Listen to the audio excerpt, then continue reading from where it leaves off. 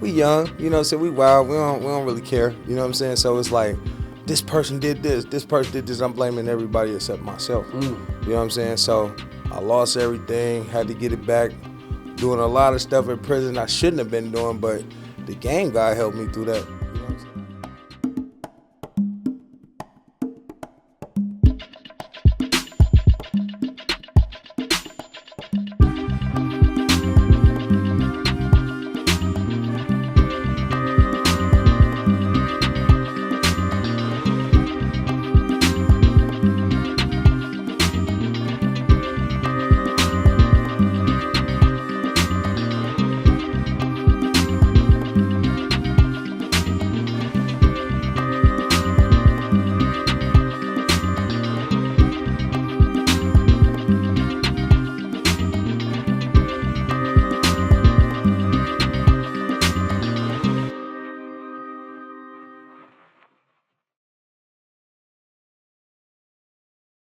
Good afternoon, everybody. We are 100 Years Enterprise, shooting season 6, Consequences of the Street Life. This is what, episode 9? 8, 9, one of them. But I know we shooting, we filming, we going. All right, our next guest, before we invite him, man, y'all gonna have a good time with this brother. We're gonna have a good time with him. And again, 100 Years Enterprise, Consequences of the Street Life. My name is Fahim. Patrick. And Irv. And we got Irv on the show. Yeah, I'm glad. Yeah, where he in now. Y'all notice I'm kind of. Back then, I know the drove me car that flamed up, right? I had to go put my red on. I'm an Adidas fan, you know. We still call it flamed up though, Fahim. Yeah. And the reason why for the audience, you know, got my man Irv the boss right here, right? Yeah. So me and Irv, we go way back, and then once you hear him tell his story about who he is, y'all will understand the relationship and why one of the reasons why I'm decided to rock or to flame up on this Sunday in relation, right? But to no disrespect for nobody, if no further ado, we want to welcome Sacktown, Sacramento, Meadowview, my man Irv the boss. Irv, what's going on, my brother? Oh man, welcome to just the show, a lot, man. Thank you for having me. Matter of fact, man, y'all always showing all love, man. Ever since I met y'all, ran into y'all, it's been all love, peace, happiness, controversy because of your team, but you know what I'm saying? Other than that, you know what I'm saying? We good. You know what I'm saying? We good. We Gucci, man, you know? Exactly. I'm here. We gonna go in. We gonna dive right in. Man, tell the audience, you know, where you met us, how we met, where you from. Let's just go and dive into it. We feel have a nice conversation. We gonna jump in, jump out. We gonna do it all. We gonna lean back. So I met these guys in 2013 when I got to Folsom State Prison. And it was 3 building, to be exact, you know what I'm saying? Fa was he was a housing clerk, you know what I'm saying? I'm like, hey, I'm from Meadowview, you feel me? And he like, oh, I got somebody for you. So he ran and he brought my partner over there, and we was over there. And ever since, man, I was on the 5th tier at first, and they moved me out of that dude. So then I went down there to the 4th tier, I think, to be exact, and we was right. We've been locked in there since playing basketball. Yeah. I was doing them dirty at basketball. I used to be LeBron, you know what I'm saying? I used to be something like that, you know what I'm saying? I used to beat them really bad in basketball. Man, we had our 2-on-2s. Irv, hold on. Don't ever say you beat us bad. You might have made a shot or 2 on the court. I know, man, this brother right here, you know, we should team up and kind of. You know, y'all was young coming up. And I young, yeah. They was young coming up. They had kind of like young knees, you know. After they try to take advantage of our age, what you think, man? It happens. You know, our time, you know, sometimes, you know, time beats you to the punch. And that's what happened, man. Like right now, you know what I mean? You wouldn't believe how athletic I was. But at the same time, I understand that, you know, time has a way of doing funny things to you. So, Irv, what's going on, man? You come through this way, man. Man, I had to touch down to Richmond to tap in just to see take in the whole environment, man. You know, Fa tapped in, and I said, you know what? He said, man, I'm doing a podcast. Come through. I said, I'll come through tomorrow. He like, he ain't gonna come. I'm gonna pull up. You know what I'm saying? I like to pull up and get a face-to-face and take all this in. This is a beautiful thing, man. I think y'all doing it. I really appreciate the opportunity to be on this platform. So it's pretty well. Absolutely, I like it. absolutely. I love it. Yeah, so tell the audience, man, where you from? Where you grew up at? Give us that story. I'm from Sacramento, South Sacramento to be exact, Meadowview, California, you know what I'm saying? You know, I grew up, basic childhood life, you know what I'm saying? Fatherless household, running the streets, ripping and running, being a menace to society, drug selling, shootouts, gang banging, wars, everything that you could name. But, you know what I'm saying, I survived that, and I know I got a different calling now, so I'm just chasing my calling. I'm chasing my calling, you know what I'm saying? I done watched all my friends die. I done watched a lot of my friends get life sentences. I watched people that I never think that I would leave me, and guess what? Now I'm still here, so I've still survived it, and I'm here to tell my story and leave this legacy behind, because that's all it's about. Okay, well, all right. The show is called Consequences of Street Life, right? We always say that, you know what I mean, but we got to see it because that's what we do. Yeah. So my thing is this, right? Who was you? Like, how was your humble beginnings? Take us through. Of course, you say you're from Meadowview, right? Mm-hmm. So tell us a little bit about how you ended up in the situation, being in the pen. You kind of shared a little bit about it, but actually coming to the pen, right? And not just meeting us, but how was that like being separated from your family and your point, and when you said had to come to a point to where, man, you know what, I got to take responsibility for what I did or whatever the case that led me here.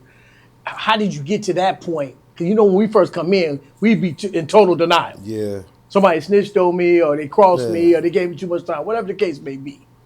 You know what I mean? Give us a little insight on that. Well, the situation happened, you know what I'm saying, there was an altercation at a family member house, and somebody ended up being shot. In that situation, I was reacting off impulse instead of thinking decisively. So in that moment, I'm thinking I'm taking the law into my own hand, but I'm really hurting my family more than I'm helping them, because I'm not realizing the lives that I'm affecting and the lives that I inspired that I'm going to be letting down when I go in that situation.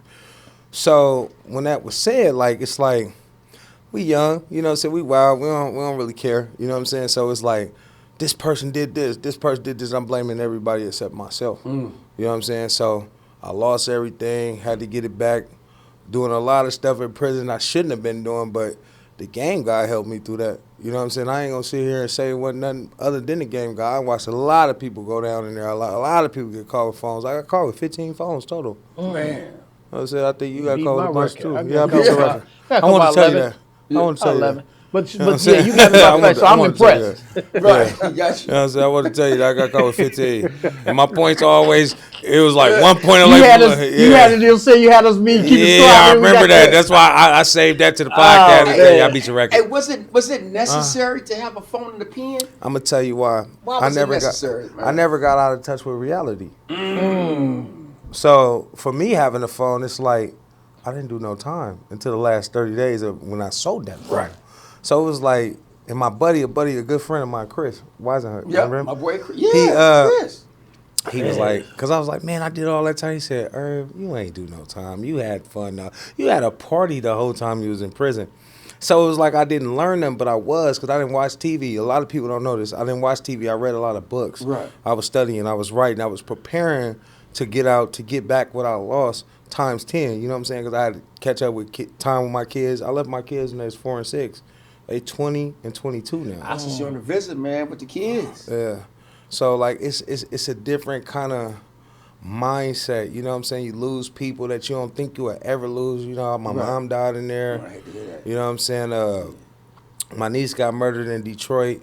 You know what I'm saying? But it didn't stop me from trying to work towards my goal. All of that told me, you know what? Get out, get to it. Don't stop. Don't let nothing stop you. Music never left me. That's what kept me alive, music. I love music. I could talk about music forever. So that's the only thing that I feel like never left me. Whoever broke my heart, backdoored me, backstabbed me, stole from me, that didn't matter because music didn't leave me. I was able to translate that with music. Yeah, I know we hear on the stories how people stay connected, as you said, through music, using cell phone. I want to hit your point with the music. How did you use music to help you pass your time or to make your time a little more easier? How was that? It was like therapy because I wasn't talking to no triple CMS people. That was out. Because they put that on your record and all that. Then you get parole conditions for that. So I was trying to minimize that. So all I did was write whatever I was going through. My reality translated to those tracks that I was doing. And that's why I got caught with so many phones. Hold on. You say tracks you were doing? Yeah, the tracks. You made tracks in prison? I made 17 albums. Hold on. Talk about, hold Oh, how you make hold on. You made 17 albums in prison? And I released them. Telling people how you did that. What was that process? If you can, whatever you can. Whatever you can. How The process was easy. I mean, it wasn't easy at first, but I ran to my partner Jibs. He out of San Diego. Shout out to him. He was telling me about it. He was like, man, you know they got an app. I'm like, what kind of app? Yeah, I ain't gonna say the app, but like, and I'm like, for real? So then, ever since, I was just getting them phones. I was trying to figure it out. Enhance your career. Yeah, so I started learning how to use that app. Right. And I was going crazy on that app. This started like, this was a little bit before. This was after I moved out of 3 building. So when I moved to 2 building, that's when the beginning to the end started with, like, the beginning of the music thing really popped off because I was already rapping. Remember, I was in with Slep Rock and all that. Yep, I remember that. You know what I'm saying? So after that, I started rapping on them phones and it was over. You know, so they kept catching me, the Goose Squad, like, you made a new video? You better do it. I was like, nah. I made a whole documentary. They became fans.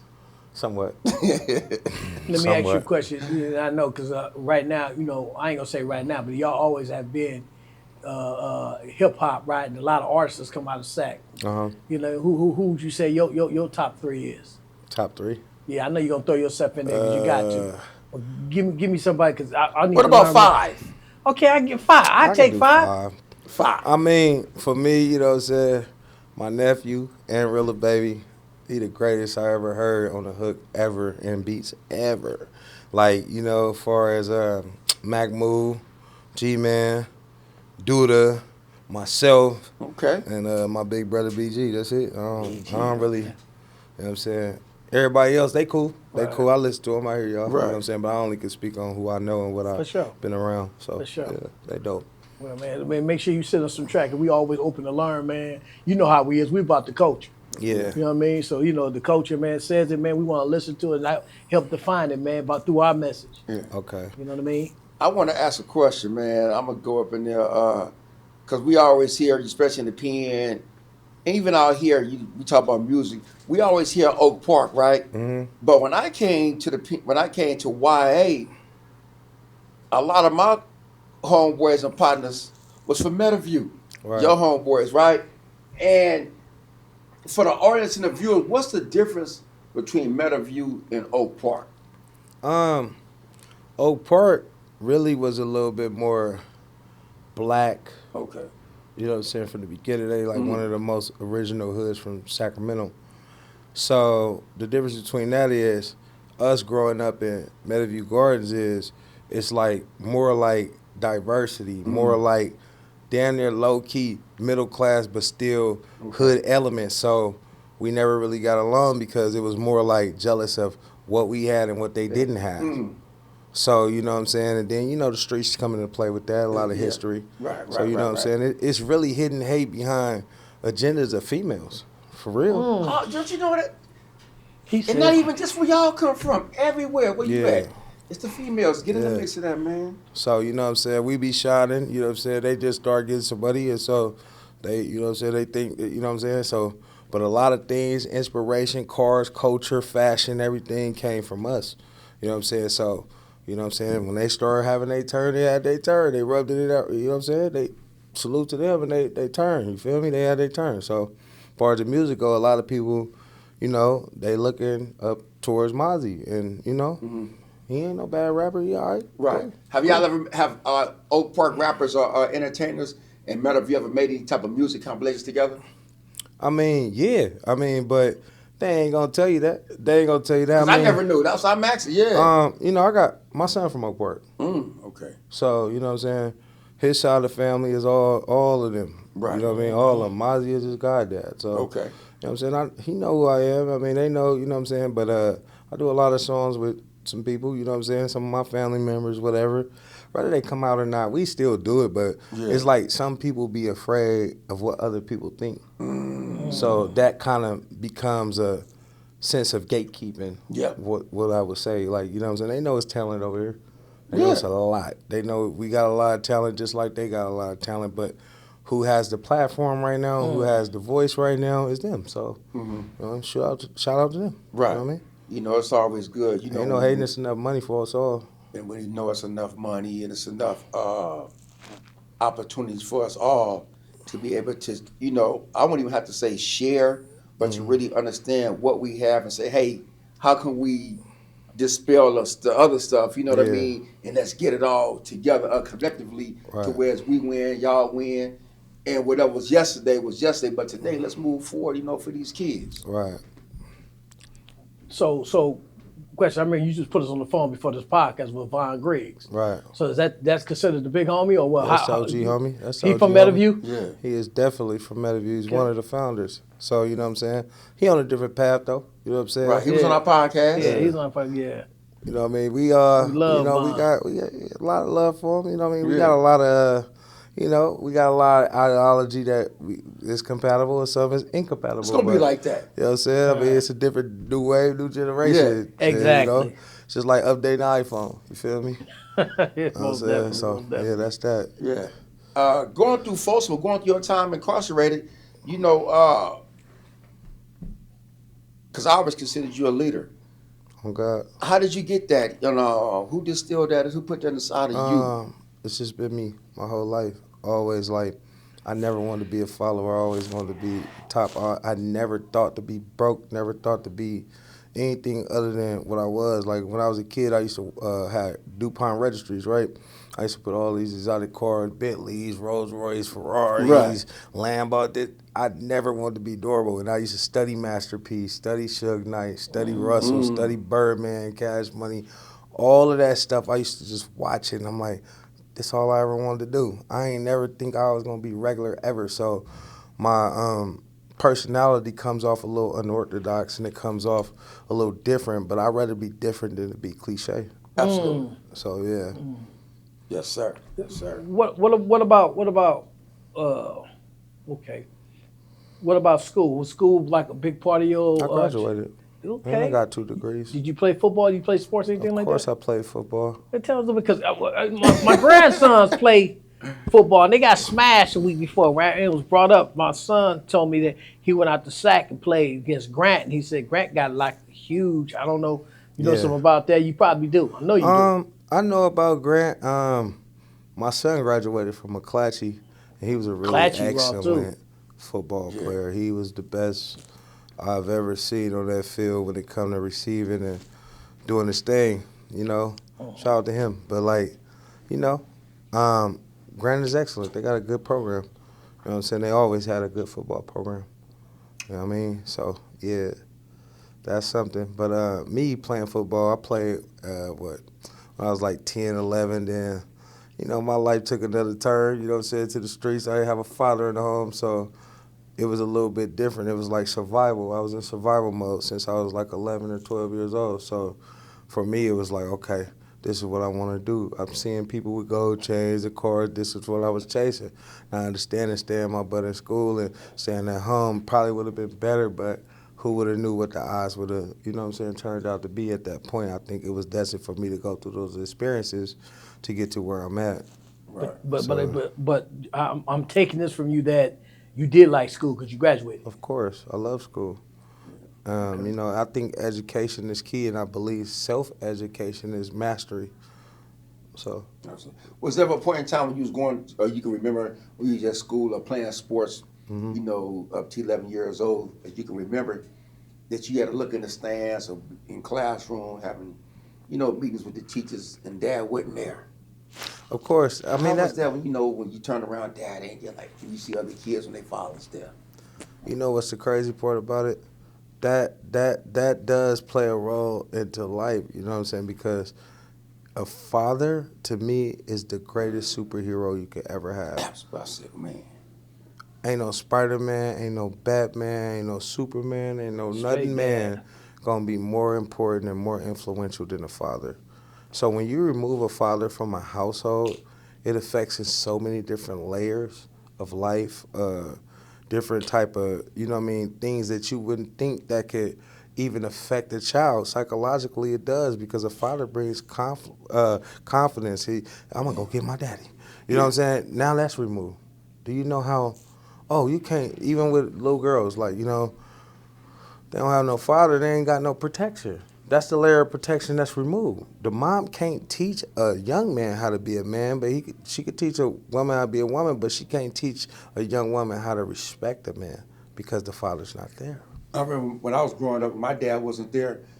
You know, my mom being single, how she would try to, I remember vividly, she'd drive me to different parts of neighborhoods in Richmond just so I can see things. And that was her way of trying to show me, tell me that this lifestyle, if you go down this road, it's another side to it. But she didn't just really just have a man there to really give me that guidance, you know. Yeah. And so when it's removed, it's very hard on young men. Yeah. Because we look to replace it and we'll never replace it because when you join these gangs or you be a part of these social cliques or whatever, it's all a form of manipulation. It's all a form of some type of modern day slavery and mentally based on the simple fact that you'll never be bigger than the set. Never. And that's how they feel. You know what I'm saying? So if you rise bigger than that, you're going to get friendly extorted. And if they can't do that, then they're going to just knock you off. Right. You know, that's a trip you say that because that seemed like it happened to Nipsey. And I don't want to make it political, but I remember I was inside and I was in Tracy. I'll never forget that.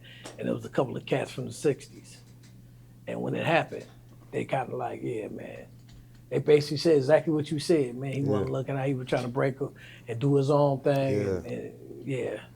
So that's something that is sad. It saddens me because that was a great talent.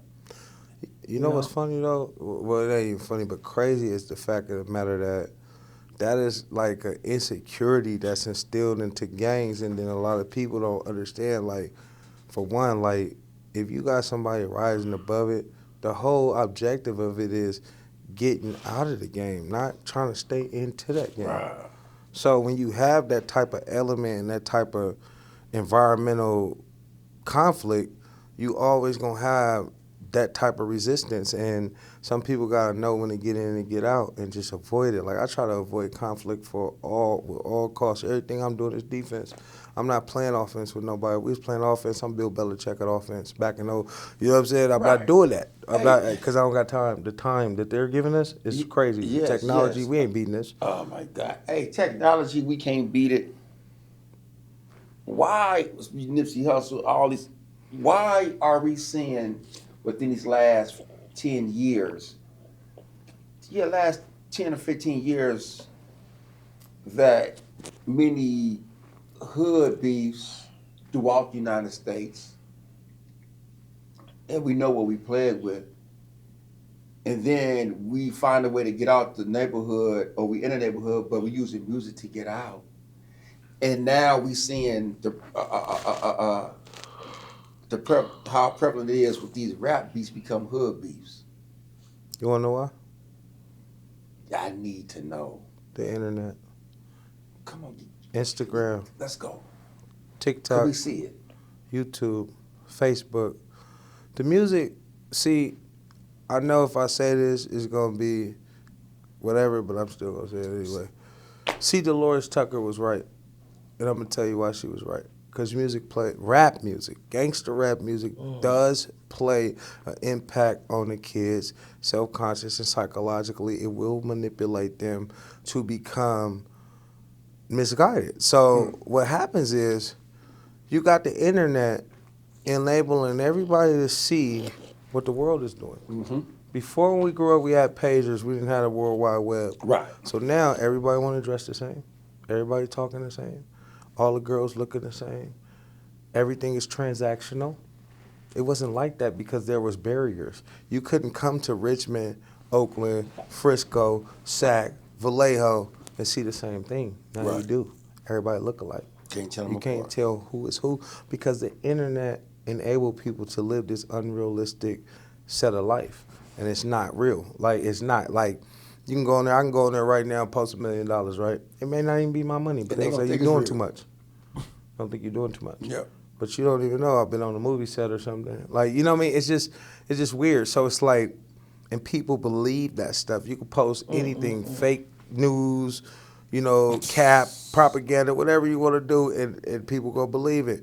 and they following it. And then Chicago, they put a highlight on Chicago. They got a hold to the internet, and then everybody out here started trying to be like that. Then New Orleans with the Hurricane Katrina, they had started relocating. So you got a lot of people out here that ain't never seen this type of thing because minimum wage out here is being rich out there. So now economically, they like, okay, well, we was killing for $5 an hour. We kill for 20 an hour. And that's what they doing. That's what they do. You gotta figure it out. All these kids wearing gold teeth, dressed. We can't. You should be able to tell a Crip from a Blood. You should be able to tell a Bay from a Sac. You should be able to tell a L.A. Well, maybe not. You should be able to tell the difference. And the slang, the lingo, the music, all of it sounds the same because of the internet. So everybody's trying to emulate something that they saw online. I would like to quote a good friend of mine. He said it's copy and paste. Copy and paste. Copy and paste. Don't nobody want to do the hard work no more. So that's why, when I make music, you know what I'm saying, I make music appropriate to my lifestyle and it's age appropriate. Like it's just there. Like, you know what I'm saying? I'm not rapping for the youngsters, you know what I'm saying? I got $500,000 in jewelry, you know what I'm saying? I don't, and they be like, put your chains on, wear it. I'm like, bro, just play it, it's corny to me because I was doing that in 99 when you was 2 years old. I was doing it. So like it's like I don't care. See my piece of jewelry right here. Mine's a rope. My piece of knit things. I ain't even got a chain. That's my jewelry. I couldn't. I couldn't do that. Like, you know what I'm saying? Like, but then I put a promo video up. You know what I mean? I was in the cell and then I walked out to the limo. That's why you thought I was getting out. Yeah. That's why you walked thought to the limousine. I said, man. I went right to the because limo. Now here we go. Cell to the limo.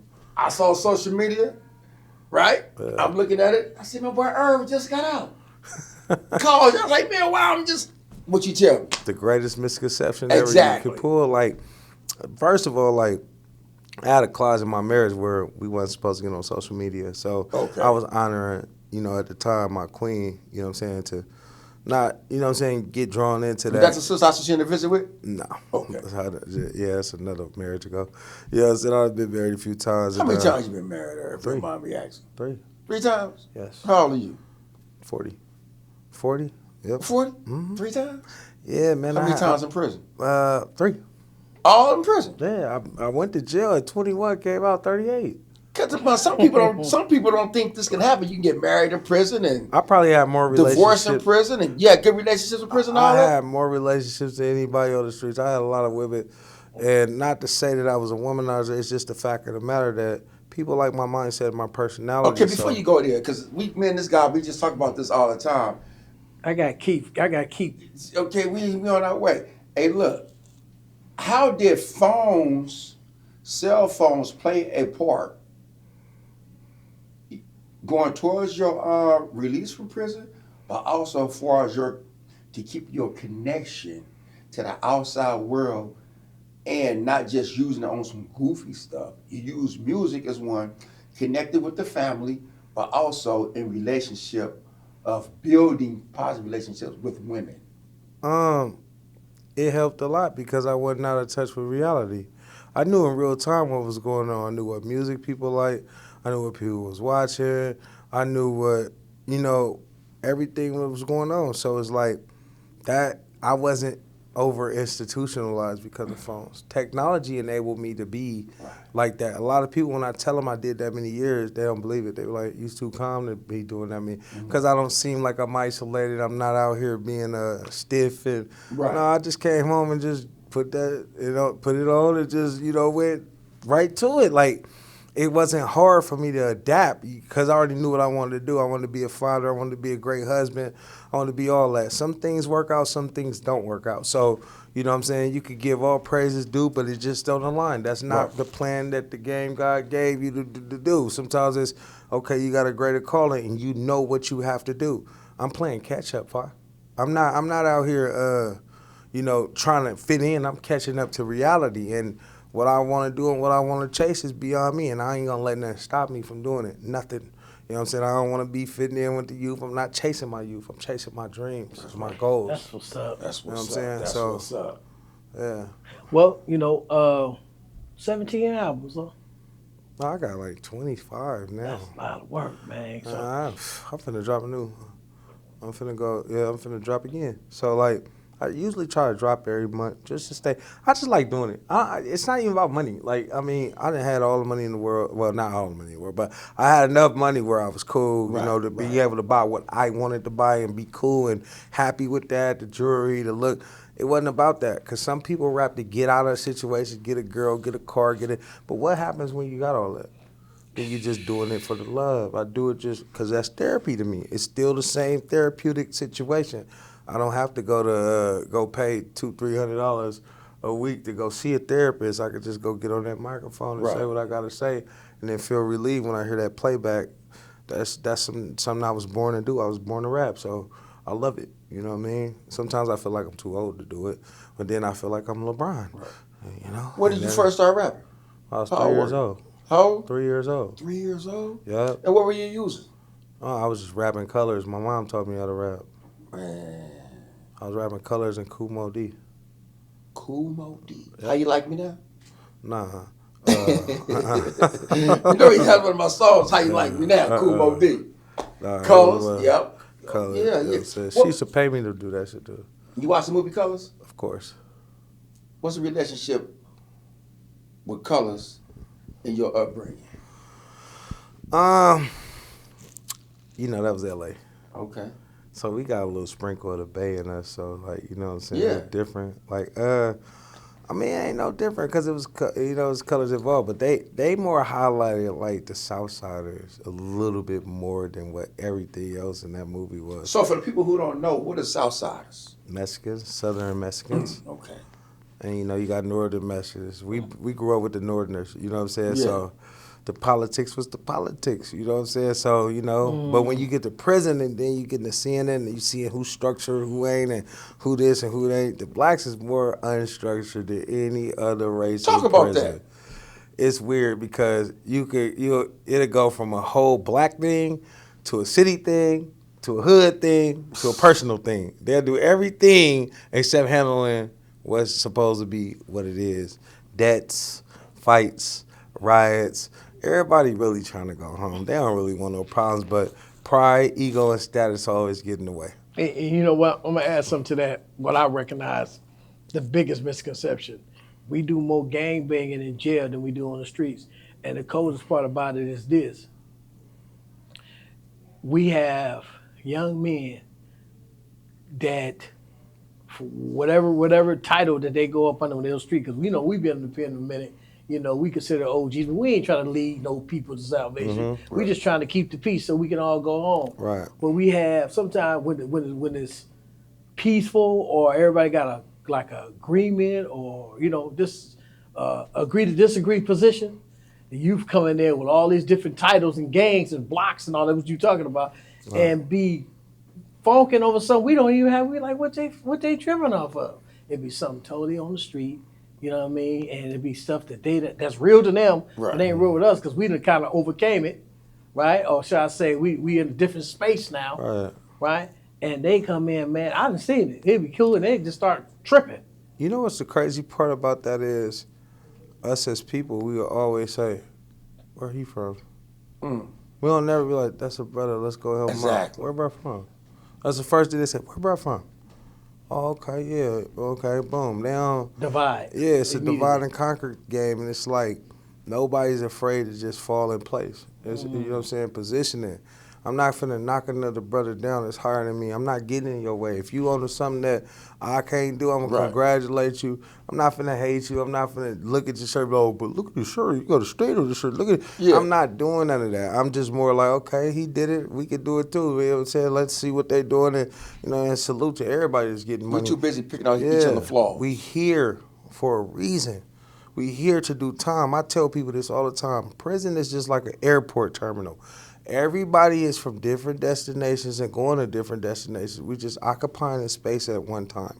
And that's all we got to do. And everybody in there always is on some money. I don't want to get everybody together. We gonna figure out how to make some money because it's expensive and it's hard for your parents and your girlfriends, et cetera, to take care of you. So let's put together something to get some money. They're going to pay me for being here. I'm not, even if it ain't on the books, I'm going to get paid to be in here, and that's that. Like, and even if it was the wrong way, to me, it justified the ends to the means that I was doing. Like, you feel me? It was survival, man. I knew my family could afford to take care of me in there. How did you miss? Because in there, and we see it now with the Mozzie, what's that, CML, the brother, what's his name Laugh, again? yeah. Laugh. Is he a blood or a Crip? He a blood. Your blood? Okay. And what's the other little partner that was up in there, light skinned, he was hella cool, in 2 building. Damu, what was Strawberry Man? What was his name? Our little partner was always fighting. Damu, what's his name? Damo. Shout out to Damo. Damo, man. He making music too. He was making music. Nah, he be working this shit. Like, he cool. That's Yeah. bro. Me and him had the most fights in the history of Folsom. With each other? No. Oh, I know, because I'm combined. So Yeah. I'm finna get there, because at that particular time, it was a lot of city in-house clashing.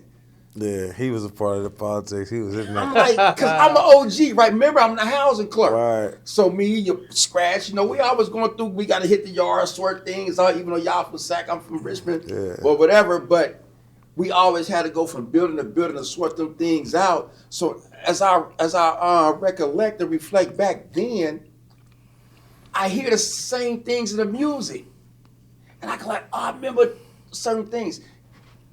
Go far as you can, but how is that? What is that about? 'Cause I know how we get into our little cities out here, but because people hear what goes on in LA. Mm-hmm. We hear about the Chicago, we hear about the Crip side and all this, because that's what we hear through the social media and the internet. Yeah. But we never really highlight what goes on with the Bloods and Damus, apart, whatever it may be, and especially Sacramento. I think sometimes Sacramento, and being from Meadowview, sometimes it get overshadowed. I'm gonna tell you like this, like, as far as the politics go, it's like it's a lot of internal conflict within that, because they always coming out with a new clique, a new thing, and new this. Yes. So Sacramento then kind of like became like so like infested with subsets, upsets. So a lot of that I really don't know, because I never, I'm gonna be honest with you, I never paid attention to it. I was always on some money. Right. I went to jail for something I should have never did. I shot somebody that it wasn't even my problem. I just came and just handled something. You feel me? So it's like, I'm on some money. Right. I ain't worried. Like, my homies call, man, look, check it out, bro. Call me back. Like, I'm trying to get somebody. You need something? Okay, I give you that, but that's it. You can go do it. Like, you know what I'm saying? So it's like, we grew up Crip and blooding. We was, y'all from over there, we from over here. What's up? What's happening? And that was that. Once that phase died out, it kind of died with me. Like, a lot of my friends got killed. One of my best friends got murdered January 1st, 2023. And Right. life been different for me. You know what I'm saying? Life been different. Then another one of my partners, he had died in a car accident. My partner, Raw, I don't know if you was there when Raw was there. I don't know. I left in 2018. He had just got there. Okay. He had just got there. He died in that car accident. You know what I'm saying? In February 2023. So it was like a lot. You know what I'm saying? Like, losing 2 friends back to back like that, and then you coming home trying to assess all that. And then you looking at the way everything is, these cameras, this camera Right. technology, how they tracking people from their home all the way to a scene, and you like, man, hold on, man, it's crazy. Money different, the way they do it, the tap pay and all that. I go down to Six Flags, I got $20,000 in my pocket thinking off of them. They said, oh no, we tap pay. I'm like, what is that? The phone beep. I'm like, oh, what? So everything is different. And I was put up on the RFI, the chips, and I didn't know that was really the way that people handle business. Now credit is everything. Yeah. Cash used to be king. Yeah, you got good credit, you got everything in the world. You ain't got no credit, you ain't You ain't nobody. got nothing. You know what I'm saying? So it's like, that was something that, you know what I'm saying, I had to adjust to, and I'm still trying to learn all these politics, man. Right. I don't even know half of them. Right. There's too many it's too many young kids, and I'm like, okay, so what happened to this and this? It was 8 hoods, and now it's It's a trip. 1,800 gangs within 8 hoods. Yeah. It's a trip. It just is 20 years ago. They talk about it like it's the Wild Wild West when we talking. Hey man, it was like this, that. Or we try to tell them how the neighborhood was. I try to explain from a context of your uncles, aunties, cousins, how they grew up in the school system, all that, Yeah. right? Right. They look at that like the Wild Wild West, like, that OG man, that's way. They went up like 20 years ago. But I know it's a long time for them because they be 19, 20, 22, 24. I remember the OGs used to do that to me, like back in our day. That's back in your time. Now I done heard my kids tell me that, like, that was back in your day. This a new day now. Right. I'm like, what you just say to me? Yeah. You feel me? So the thing is, like, you gotta just understand how to resonate with it and just kind of live your life, man. Like, for me, I'm closing a lot of chapters and rewriting new ones. I'm not revisiting nothing. You know what I'm saying? I gotta keep going forward. Like, I put everything in front of me, and what ain't for me, I'm gonna just dismiss it, sidestep it, and keep going, because I know life is more important. Like I said, I got a different calling, I got a different affirmation that I'm chasing than what other people are chasing. So for me, it's like, this run is for me. It ain't personal. I ain't trying to leave y'all behind. I had to sacrifice a lot for this reward, and hopefully it pay off. If it don't, at least I worked hard enough to hit my target. And I'm aiming high, you know what I'm saying? So if I hit below it, at least I achieved what I need to achieve before I check out, because nobody know the expiration date. Never know. You know what I'm saying? How many kids do you have? 2. I only got 2. Two more. Okay. 2. They grown. Grown. So how's your relationship with them? Excellent. Me and my son, we get along pretty well. We talk stuff. I mean, because, he wanna bump his head a few times. I'm gonna let him bump his head, and Yeah. you know what I'm saying? I'm gonna let him do that. Go So through so when you think about him bumping his head a few times, what are one of the recent jewels you dropped on him? that. You could make $100 million running that football in the end zone instead of rapping. That's what made him go hard. Okay. You know what I'm saying? That's what made him go hard in football. You know what I'm saying? Everybody was watching him. Wow. Herb, man, we thank you for coming to the show. We got a few minutes left, but tell the people, the audience, man, just really, what you doing now. I know you say you're going in a new direction. You ain't worried about leaving nobody. I guess if they can't keep up, they will be left, right? You just gotta catch up with me. So I founded All or Nothing Entertainment back in 2016, and it's a multimedia company, and we specialize in artist development, recording, mixing, mastering, and just pushing. I'm trying to right now I'm in the process of writing my book. I'm almost done with it. It's called 10 Straight. 10 About- straight? 10 straight. Yeah, Okay. About the 10 years I was in Folsom. Just Yeah. highlighting that. Oh, okay. It's pretty- Folsom was a different place, man. Let's go back to the internet real quick. I know Instagram within the last year they've been posting a lot of stuff about prisons, prison fights, Prison and cell content. phones. All you been saying that? Content. I got a lot of content. It's a lot. I've been seeing a lot of how the intelligent men in prison are making these meals, the foods, the spreads, get ready for football games They and all making that. the liquor. Get You seen ready that for they team to play on the Sunday. And I remember I used to make Straight my lifestyle. I used to make my burritos on the Sunday to get ready from Cowboy games, right? Especially the times we had to either smoke the Raiders or the Eagles, whatever. Smoke at the that particular Raiders and ti- Eagles. At that particular time, yeah, we did. He was very so certain disappointed in games- the last 5 years, for the record. Who's your football team? I'm big Eagles, man. And let me tell y'all why I'm an Eagles fan, because I don't want nobody to be clowning me in the comments, right? Because when I grew up, when I wanted to play football, I always wanted to be a quarterback. The Eagles have the most black quarterbacks in the history of the NFL. Yeah. So that's why I'm an Eagles fan. I was an Eagles fan when they had Randall Cunningham, Rodney Peete, Reggie White, Deuce Staley, not way before Donovan McNabb and way before Nick Foles, or the greatest of all times, Jalen Hurts and Michael Vick. You know what I'm saying? Right. Yeah. That's why I'm an Eagles fan. Yeah, I gotta go yeah. get me a Deshaun Jackson jersey. Matter of fact, we got 10 We see you out to them bars, man. Say R. Yeah, I man, used yeah. to say R. Yeah, he gonna qualify. Yeah, that was when they was kicking our. Cause everybody used to laugh at me like, "You an Eagles fan?" Then when we beat the Patriots, it was like everybody think about me like, "Damn, that's the only Eagles fan we really knew." Yeah. Like, but that's why, like, you know what I'm saying? Because they had the most black quarterbacks, and I think when you the quarterback of the team, you the architect. You know what I'm saying? Besides the coach, so Right. Yeah. it all started with that quarterback. You know what I'm saying? Right. So that's why I always liked it, the Eagles. I even went down there to Sweet Jimmy's in Oakland, like back in like 2002, right?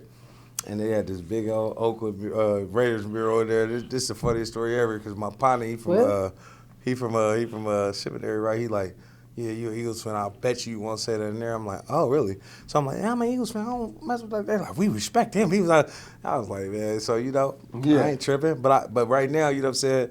We the Niners and the Eagles is kind of like brewing up their own little rivalry. Yeah, what I'm they saying? are. I created that in Folsom after you left. You know what I'm Okay. saying? Yeah, you know what I'm saying? Brock Purdy, we broke him up. Yeah. Yeah. And I will And then say, they banged us. And then, I will say this though, Shout out to them, though. we gotta give a shout out, like you said, for us black quarterbacks, man. Andy Reid, he also with KC got a black quarterback over there. Yeah. That's Shout what he out do. Andy Reid. He molded. Yeah, My man. cousin He played gave for the Michael Chiefs. Vick a chance. He the only one did. coach gave him a chance. My cousin played for the Chiefs. Oh, is that right? Kareem Hunt. That's my cousin. For real? Yeah, it's my little Okay. cousin. Yeah, that's what's up, man. Yeah. Not to glorify prison and all this here, especially folks we talk about the last 10 years. Man, it was a lot of good relationships made in prison. Yes, you know what I mean? for We sure. got our close relationship in prison. And because people hear, oh, you go inside and then there's all this separation, segregation. Yeah, I mean, you get amongst, the different races, but we all created a good relationship. Yeah. You know what I'm saying? Well, that's why we're here today. And then I think, too, just to add to that, is that kind of saved our life. It did. Because it shaped and molded our decision making. Because just for example, right, we could have just been in our own little corners, but some of us couldn't just go back. Right. Because you go back to your neighborhood, there's some things you did that you got the answer to, and you probably never got a good footing. Not to say you went back and some of the things you did come back to haunt you. True. Right? If you ain't made the amends, a proper amends. Yeah. But those relationships allow you to grow, allowed you to pivot. You know what I mean? And you go where you most need it, not where you most want it. Yeah. Right. Because if you want it somewhere, it may not be a good thing. But if you somewhere you need it, then you go. That's why I said, man, I got friends in El Segundo. They ain't make him, but I don't care if you could be from Oakland, you a sucker. You could be from Richmond, you a sucker. Exactly. Whatever. They don't make you because you from certain places now that you supposed to be cream of the crop. You got to earn that. In your words, You know what I mean? King Taribu. King Taribu. So when I say about somebody being from El Segundo, I ain't gonna judge him because he come from a town that's not on the map. You know what I mean? He might be one of the best dudes you can ever meet. Right. And I think that prison allowed us to do that. Once we got past the game and realized that, hey man, we trying to go home. And everybody that was trying to go home, we started aligning ourselves with that, and that's how we here today. Right. And I want to say this though, like sometimes prison save your life. God will spare you from whatever reality that you really finna run into. Yes. And spare you for the future. So some people that's in prison, if y'all watching or whatever, don't look at the reason why you're in there. Look at all the stuff that you got away with that you've never been punished for, and God is sparing you to become something greater than what you even know. So define that calling and just continue to keep staying focused. Do whatever you got to do to get out and thank the people that's in your corner. You know what I'm saying? Because I'm thankful for the people that was in my corner, my support Give them a system. shout out. Give everybody that shout out you want to, man. And shout out to everybody, man, that love me and support me, man. My kids, my family, my associates, even all my exes that played a great role in, you know what I'm saying, support me, visiting me, doing whatever you had to do. Sorry it didn't work out, but, this run is for me. Absolutely. And again, before we go, your Instagram, your websites, they can find you at your handle, all Irv that. the Boss at Instagram. You feel me? I got a Facebook fan page. I got iTunes, Irv the Boss, iTunes, Spotify. Like, share, and subscribe. Check out the music. You'll know the journey. You know what I'm saying? And be on the lookout for me. You know what I'm saying? I got a lot of artists. You know what I'm saying? They coming. And, I'm in a lot of films, too. Man, stay active, man. I got to get that information. Again, we are 100 Years Enterprise. Go to our website, 100years.biz, our Instagram, 100 Years DOP, on the YouTube channel, 100 Years Enterprise Podcast, Facebook, 100 Years Enterprise. And again, my name is Fahim, Consequences of the Street Life, season 6. Patrick, 100 Years Enterprise, man. Stay tuned, man. We got a lot of more content coming your way. And again, man, appreciate you guys for tuning in. And again, Irv the Boss, we preacher all the way from Meadowview, California. Yeah, baby. All the way in Richmond, locked in my peoples, man. Dave, Dave G26 behind the camera, man. Dave Production, man. Hey, Dave. Now I can go see the hood. Oh, yeah, man.